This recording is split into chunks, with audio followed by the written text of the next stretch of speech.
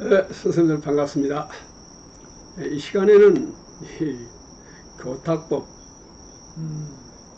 대해서 말씀을 드리고자 합니다. 지금 이 강의는 그들을 만들지 않는, 그들을 낳지 않는 그런 수업을 어떻게 할 것인가 하는 것을 큰 테마로 이루어지고 있습니다. 그들을 낳지 않는 것은, 이것은 결국은 검증된 표준적인 수업의 방법이나 기술을 습득하지 않고서는 누구도 이룰 수 없는 일이라 할 수 있겠습니다. 그걸 뭘로 알 수 있을까요? 70여 년 동안이나 우리는 AB 양군을 분열시키고 B군을 만드는 수업을 해왔습니다. 그것은 왜 그랬을까요? B군을 만들지 아니한 수업의 방법이나 기술을 몰랐기 때문에 그야말로 자기류의 방법으로 수업을 한 것 아니겠습니까? 그래서 지금 이 강의는 B군을 낳지 않는 수업의 방법이나 기술을 선생님들에게 전수해 드리고자 이 강의가 이루어지고 있습니다. 그런 것이 있느냐? 물론 있습니다. 그렇기 때문에 이 강의를 하는 것이죠. 이 강의에서 말씀드린 대로, 이 강의에서 말씀드린 수업의 방법이나 기술로 수업하신다면은 특별한 경우 외에는 AB 양군으로 분열되는 수업은 안 하실 것으로 생각합니다. 자, 오늘은 이 시간에는 그 B군을 낳지 않는 수업의 기술의 하나인 교탁법에 대해서 말씀드리겠습니다. 교탁법이라는 말은 선생님들 아마 처음으로 들으셨을 것으로 생각합니다. 이거는 제가 생각하는 개별지도 방법입니다. 우리는 지난 70년 동안 개별지도라는 말은 사실 몽땅했습니다. 그러나 개별지도를 할 수 있는 방법, 기술, 이것은 별로 개발되지를 못했었습니다. 말은 개별지도라는 말을 많이 했습니다만 그 아주 유효한, 그러니까 아주 효과적인 방법이나 기술이 없기 때문에 말에 그쳤습니다. 그래서 그 방법의 하나를 제가 생각한 바가 있기 때문에 오늘 이 시간에 소개해 드리려고 생각합니다. 그것이 교탁법입니다. 이 교탁법에 대해서는 제가 이미 여러 선생님들에게 강의를 해드린 바가 있기 때문에 혹시 다른 경우에 교탁법 강의를 들으셨을런가 모르겠습니다만은 제가 여기서 말씀드린 대로 표준적인 방법으로 말하자면 제 이야기를 전한 그 선생님 말씀을 들을 수 있는가 걱정이 됩니다. 그래서 지금 제대로 된 것을 말씀을 드려보고자 합니다. 자, 다른 말로 말하면 개인별 대면 직접 지도 기술, 이렇게 조금 까다로운 이름도 붙여봤습니다. 개인별 대면 직접 지도, 개인별로 대면해서 직접 지도한다 그런 말입니다. 또 자, 첫째, 문제를 제시한다. 전원이 문제를 완전히 이해할 수 있도록 꾀한다. 이것은 누구든지 수업을 할 때는 제일 처음에 학습 문제를 제시하지요. 학습 문제 제시부터가 잘 돼야 되겠습니다. 우리가 흔히 도입 단계의 기술이라고 그래가지고 말하는 것이 바로 이 학습 문제를 어떻게 제시하느냐 이것입니다. 학습 문제 제시가 바로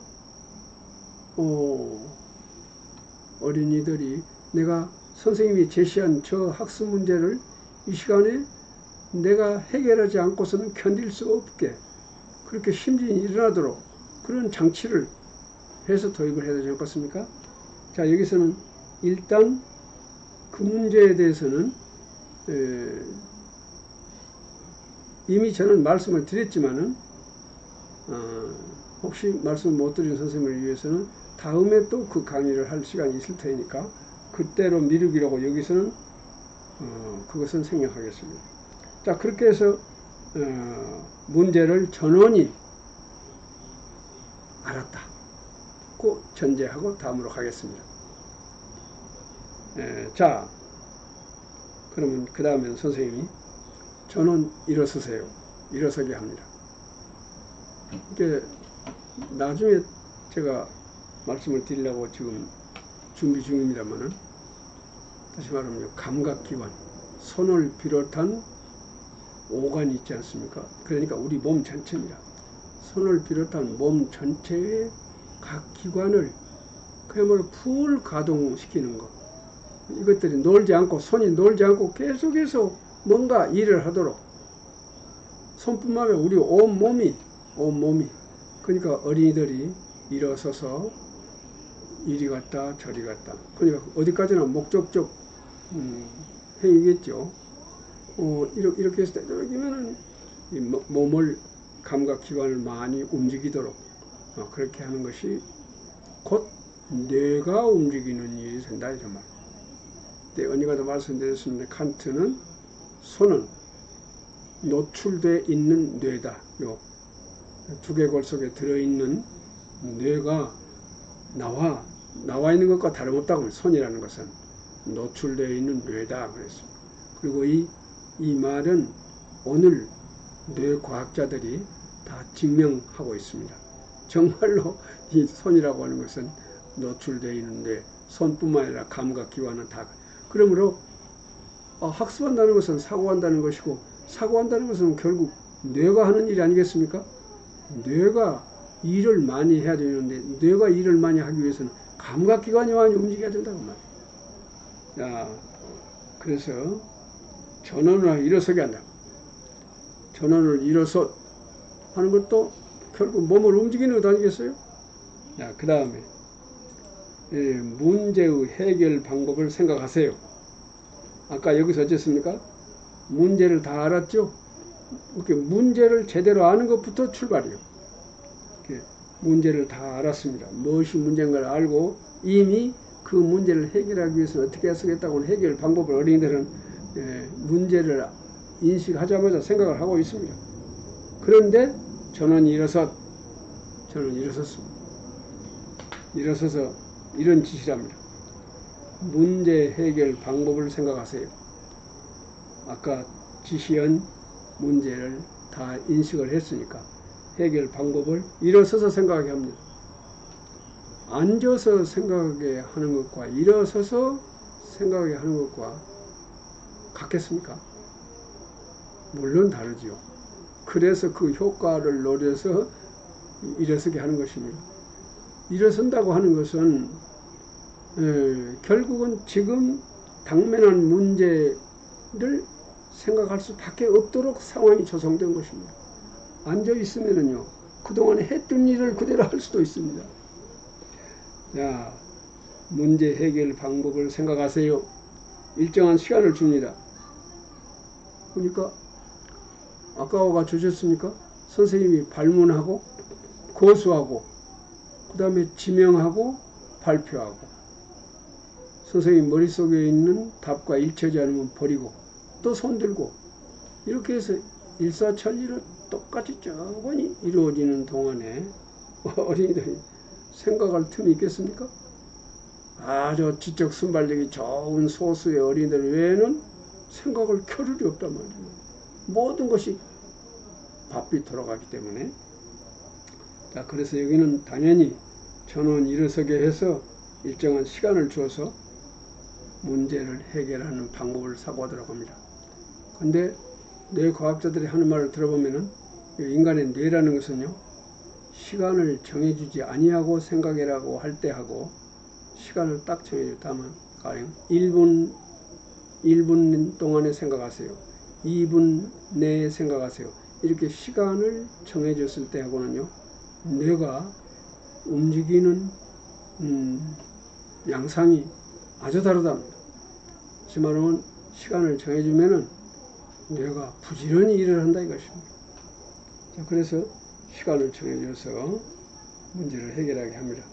문제 해결 방법을 생각하였으면 작성하여 생각하며 기록하세요. 그러니까 문제 해결 방법을 생각하세요. 그것을 그 생각이 다 끝나면은 선생님이 지시하지 않더라도 앉아서 생각한 바를 노트해라 그 말입니다. 생각은 다 마친 다음에 앉아서 그것을 노트해라. 그러니까 어쩌겠습니까? 일어설 때는 일제히 일어섰죠. 지시에 의해서. 근데 앉을 때는 어쩌겠습니까? 개인차가 있겠죠. 빨리 앉은 어린이가 있는가 하면 차례차례 이렇게 앉는, 그러니까 문제가 해결될 때 앉으니까 그런 시차가 있겠죠. 앉는데. 자, 그 다음에 문제 해결 방법을 생각하였으면 작성하여 생각하면서 기록해라. 반드시 기록을 시켜야 돼요. 자, 해결 방법을 생각했으면 그것을 노트에 기록하게 한다. 또는 배부한 메모지에다가 일정한 크기의 메모지를 줘가지고 그 메모지에다가 쓰게 합니다. 그 다음에 다 쓴 사람은 메모지를 가져오세요. 그럽니다. 메모지를 가져오면은 선생님은 그 메모지를 보고 메모지 내용을 보고 A라고 생각한 어린이 것은 요리, 그 다음에 또 가지고 온 거 보면 너 B라고 생각했구나 요리, 여기서 C라고 생각했구나 하고 그때그때 분류한다고. 어린이들이 가지고 온 메모지를 보고 그때그때 읽어보고 분류를 해본다면 선생님이 분류를 딱 해본다고.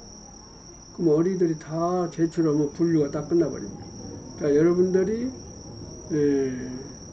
가령 앞에 있는 학생들이 20명이라고 20명이 생각한 것을 메모지에다가 적어낸 것을 분류를 해보니 이렇게 3가지로 분류됐습니다. 또는 4가지로 분류됐습니다. 칠판에다가 다 쓴다고 말이죠. 다 쓰고 그 밑에다가 자석으로 딱 눌러 붙여버려. 이렇게 해서요. 그러면은 우리들의 생각은 결국은 3가지로 나누어졌다는 것을 알 수 있습니다. 그래서 나는 그 중에 A라는 생각을 했단 말이에요. 근데 B, C를 잘 본단 말이에요. B, C를 보니까 내 생각과 똑같구나. 같지 않죠. 같으면은 이미 분류가 되어 있으니까 내 생각과 어느 부분이 같고 어느 부분은 다르구나. 근데 다른 부분이 내 생각보다 훨씬 좋은 생각이다 하고 그 B라는 생각에서 배울 수가 있습니다. 다음에 C를 보니까 C는 내 생각과 전혀 다르다, 정반대된다 하고 판단이 됐습니다.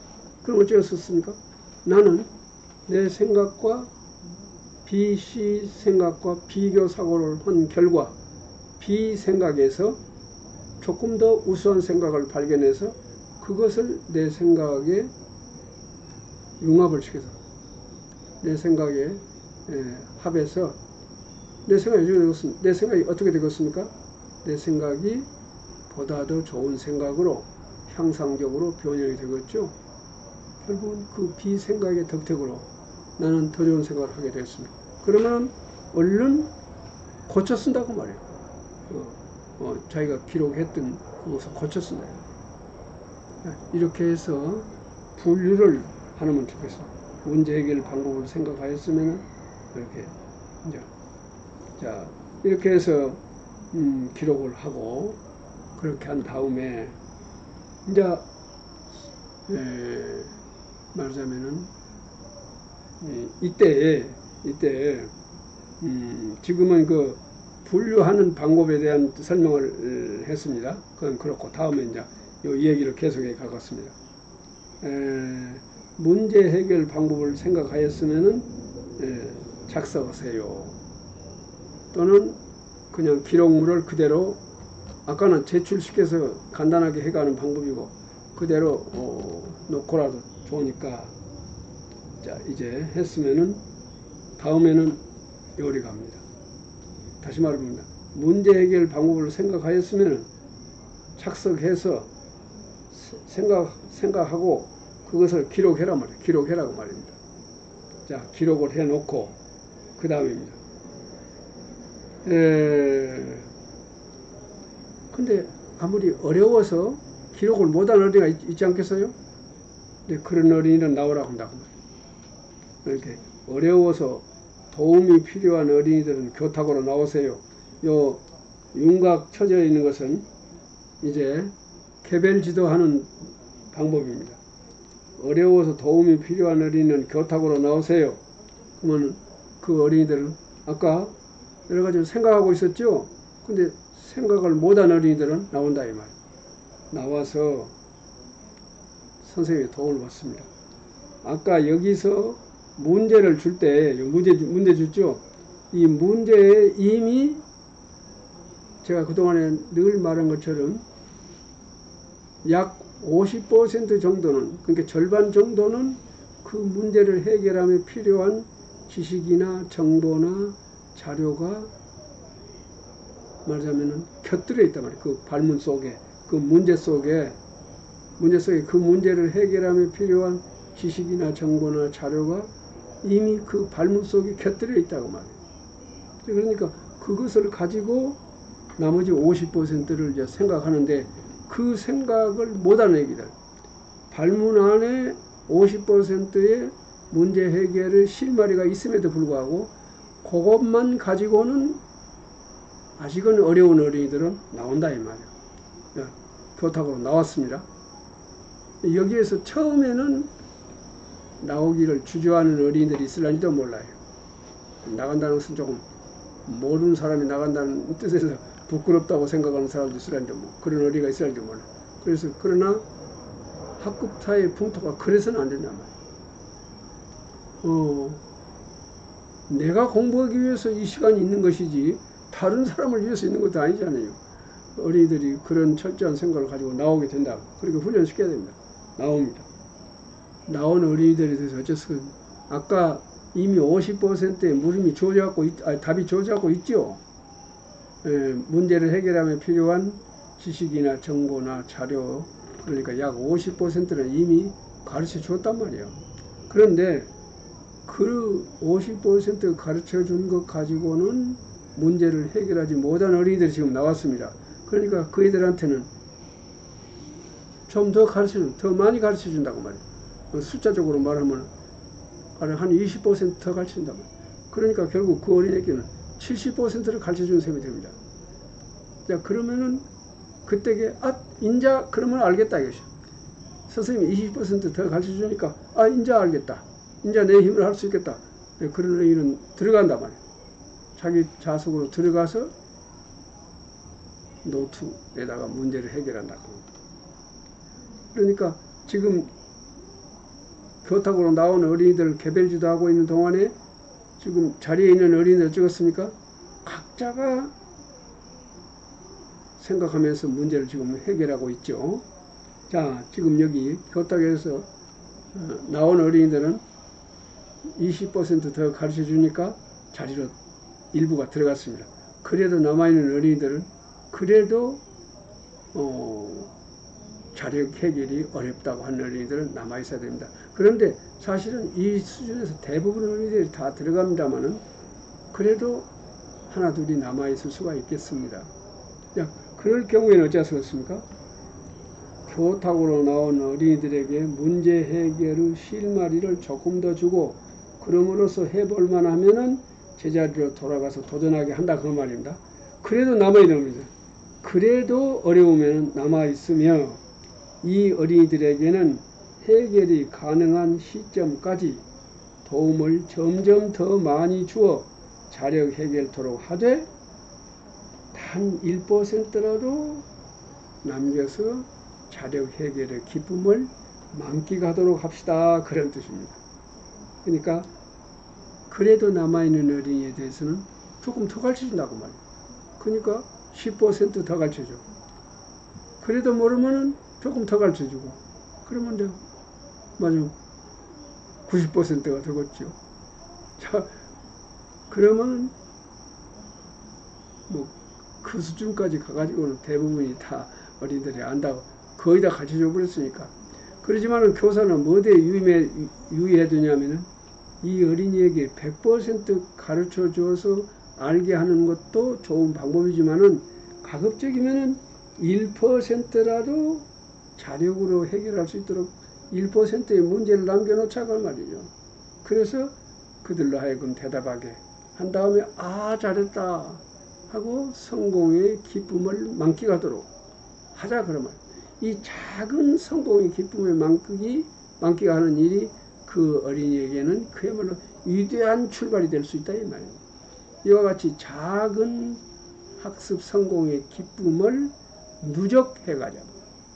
그러면 결국에 이 어린이들은 다른 어린이들처럼 우수한 수준으로 올라갈 수가 있다고 말입니다. 그러한 능력을 가지고 이 세상에 나왔다 이 말입니다. 자, 이렇게 해서 이들은 결과적으로 이유는 설명하지 못하더라도 해답만은 정확히 말할 수 있도록 결과로서의 지식을 가르쳐준다. 그러니까 1% 남겨놓고 해도 자력으로 해답을 그 1%도 해답 못하는 어린이 어쩌겠습니까? 100% 가르쳐주자고 말이에요.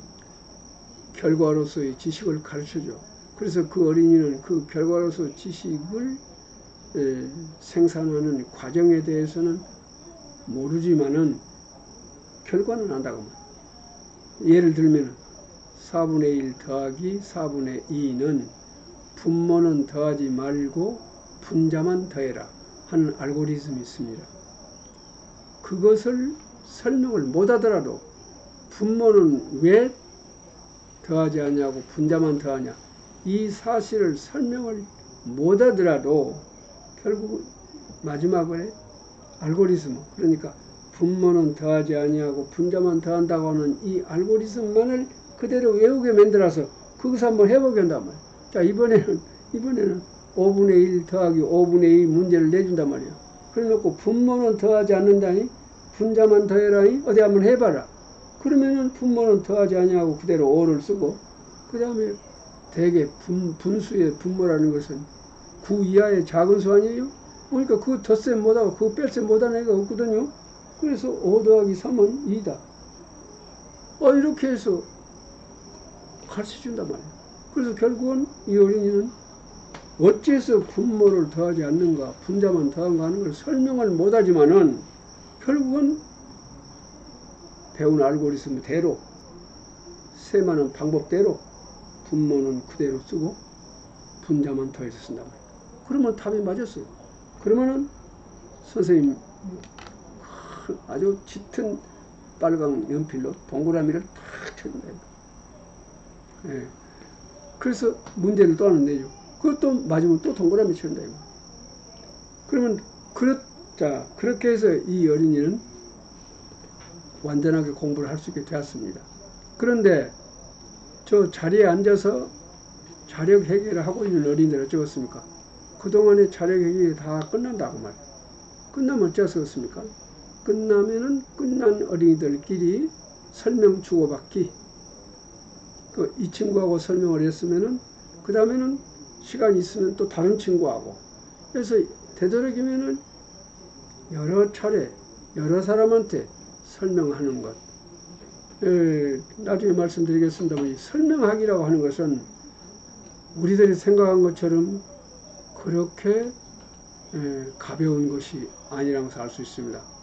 설명하기라고 하는 것은 굉장히 고도의 사고를 하고 있습니다. 설명하기 위해서는 사고하고 있고 또 어쩌겠습니까? 결국은 그 문제에 대한 완전한 이해를 성취할 수 있다.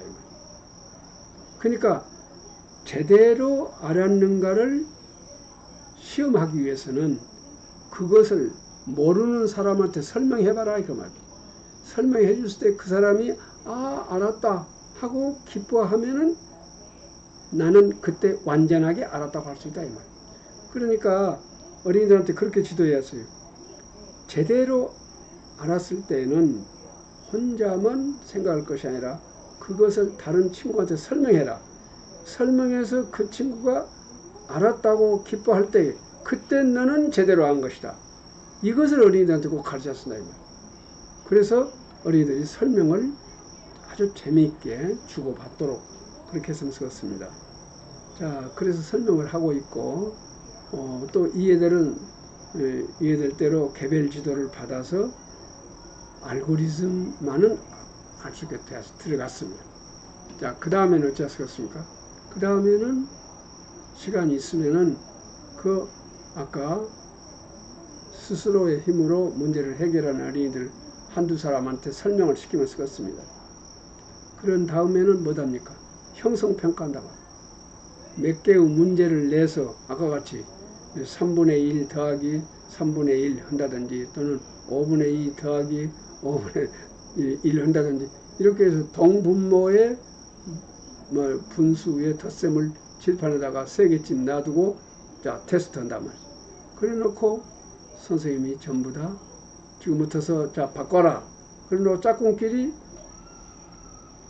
그래서 선생님이 칠판에다 답 탁 써주고 이 답대로 됐으면 동그라미 쳐줘라. 그러면 전부 동그라미단 말이죠. 어쩌겠습니까? 아까 여기 끝까지 남아서 알고리즘을 배운 어린이들 분모는 더하지 않냐고 분자만 더한다고 하는 분수 덧셈의 알고리즘을 배운 어린이는 어찌해서 그런가에 대해서 설명은 못하지만은 여기서 배우는 알고리즘을 그대로 해서 답을 다 맞췄거든요. 그래서 100점 맞았다, 만점 맞았단 말이죠. 나는 만점 맞았노라 이거예요. 그래서 결국은 만점 맞은 기쁨을 모든 어린이들이 만끽하도록 하기 위해서 반드시 형성평가를 해야 됩니다. 그 시간에 학습한 것에 대해서 모든 어린이들이 다 만점 맞을 수 있도록 수업을 한 다음에 만점 맞았다는 것을 확실히 인정을 받아야 된다고 해요. 그러기 위해서는 테스트를 통해서 100점 맞게 만들어가지고 만점 맞게 만들어가지고 기쁨을 향유하도록 그렇게 해서 선생님으로부터 완전히 인정을 받도록 이렇게 해서 지적 장애가 없는 보통의 어린이들은 누구든지 다 A군으로 성공한 학습을 할 수 있도록 할 수가 있다. 이것이 이른바 이 교탁법이다 이런 말입니다.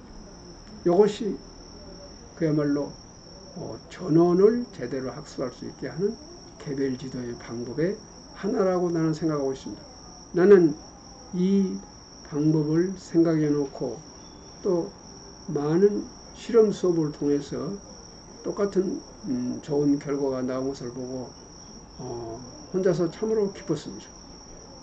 70년 동안 누구도 생각하지 못했던